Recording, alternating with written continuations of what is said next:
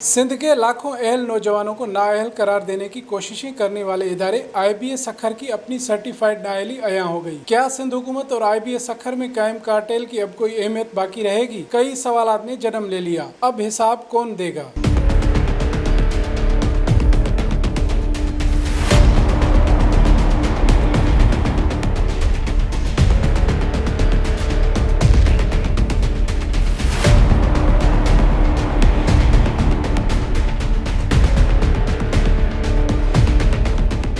ज़ेक TV की screen पर नजर आने वाले ये दस्तावेजी सबूत IBA सखर की नाकाम और नाअहल टेस्टिंग सर्विस को अया कर रहे हैं। पर सिंध हुकूमत को पता नहीं सीबा टेस्टिंग सर्विस में कौन से सुरखाब के पर नजर आ गए कि लाखों नौजवानों को रुस्वा करने का ठेका IBA सखर को दे डाला और टेस्टिंग सर्विस हायर करने के तमाम कवायद और जवाबित को पसे पुश्त डाल दिया। IBA सखर टेस्टिंग सर्विस की बदतरीन नाकामी का ये सबूत कोई इतना पुराना नहीं बल्कि गुज़श्ता साल का ही है, जब सिंध हुकूमत ने पीपल्स मेडिकल यूनिवर्सिटी बेनजीराबाद के तहत मेडिकल में दाखिला लेने के ख्वाहिशमंद उम्मीदवारों का एंट्री टेस्ट लेने का टेंडर जारी किया, जिसमें दीगर टेस्टिंग सर्विस कंपनियों समेत IBA सखर ने हिस्सा लिया। पर सीबा टेस्टिंग सर्विस को मयार पर पूरा न उतरने और कानूनी तकाजे मुकम्मल न होने के बायस यकसर मुस्तरद कर दिया गया था। इसके अलावा चंद साल कबल हुकूमत सिंध की जानिब से टेस्टिंग सर्विस हायर करने के लिए एक बिडिंग हुई थी, जिसमें सूबे और विफाक की दीगर टेस्टिंग सर्विस कंपनीज ने तो हिस्सा लिया, पर IBA सखर टेक्निकल तकाजों पर पूरा न उतरने के बायस इस बिडिंग में हिस्सा ही नहीं ले सका था। IBA सखर की ये नाअहली सामने आने के बावजूद सिंध काबीना ने दिसंबर 2019 में फैसला कर लिया कि सूबे के तमाम सरकारी इदारों में भर्तियां बजरिया third party IBA testing service से ही की जाएंगी और फिर हस्बे मामूल तमाम प्रोसीजर को फॉलो करने से गुरेज किया गया और सिंध के बेरोजगार नौजवानों के मुस्तकबिल का फैसला करने का अख्तियार IBA सखर के हाथों में दे दिया गया। सिंध हुकूमत की जानिब से तमाम कवायद और जवाबित को बालाए ताक रखते हुए सिर्फ एक टेस्टिंग सर्विस को तरजीह देने से कई सवालात ज़बान ज़दे आम है, जिसकी सबसे बड़ी मिसाल हाल ही में प्राइमरी और जूनियर एलिमेंट्री स्कूल टीचर्स की भर्ती के लिए किए गए टेस्ट के नताइज की सूरत में सामने आई है, जिसमें 1, 2 या 3 नहीं पर पूरे 43 सवालात गलत साबित हुए। इन तमाम ब्लंडर्स के बावजूद सिंध हुकूमत की तरजीह IBA सखर की टेस्टिंग सर्विस ही क्यों है? कहने वालों का कहना है कि यह सब सिंध हुकूमत और IBA की मिली भगत से हुआ है, क्योंकि सिंध की हुक्मरान जमात को अगला इलेक्शन जीतने के लिए अपने लोगों को सरकारी नौकरियों से नवाजने का फुल प्रोग्राम है। IBA की नाअहली और कैपेसिटी का मयार इस बात से भी जाहिर हो गया कि महकमा तालीम में भर्तियों के लिए टेस्ट के इंतजामात के वक्त तमाम मातहत इदारों को बंद करना पड़ गया, पर इसके बावजूद ये इदारा सिंध हुकूमत की आंख का तारा बना हुआ है। आखिर वजह क्या है?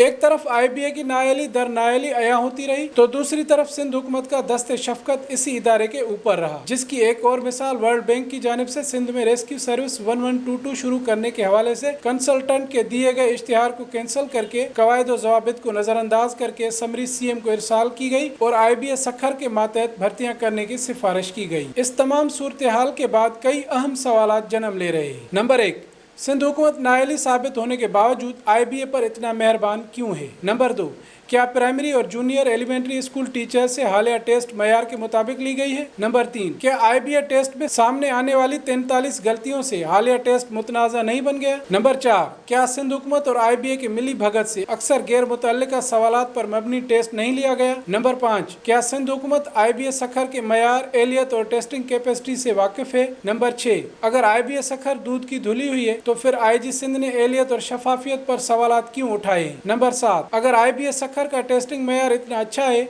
तो मेडिकल के एंट्री टेस्ट में उसे मुस्तरद क्यों किया गया? नंबर 8, क्या हुकूमत सिंध PST और JEST के 1000 उम्मीदवारों की जायज शिकायत का अजाला करेगी? नंबर 9, क्या हर सब्जेक्ट में 45% नंबर लेने वाला शर्त उम्मीदवारों के साथ नाइंसाफी नहीं है? नंबर 10, क्या IBA टेस्ट के अनोखे नताइज के खिलाफ सड़कों पर एहतजाज करने वाले 1000 उम्मीदवार नाअहल हैं? सिंध हुकूमत और IBA सखर को इन तमाम सवालों के जवाब देकर उम्मीदवारों को उम्मीद की किरण दिखाना चाहिए। बसूरत दीगर हमेशा की तरह यही समझा जाएगा कि ये कार्टेल अपने लोगों को भर्ती करने के लिए मिली भगत के सिवा और कुछ नहीं है।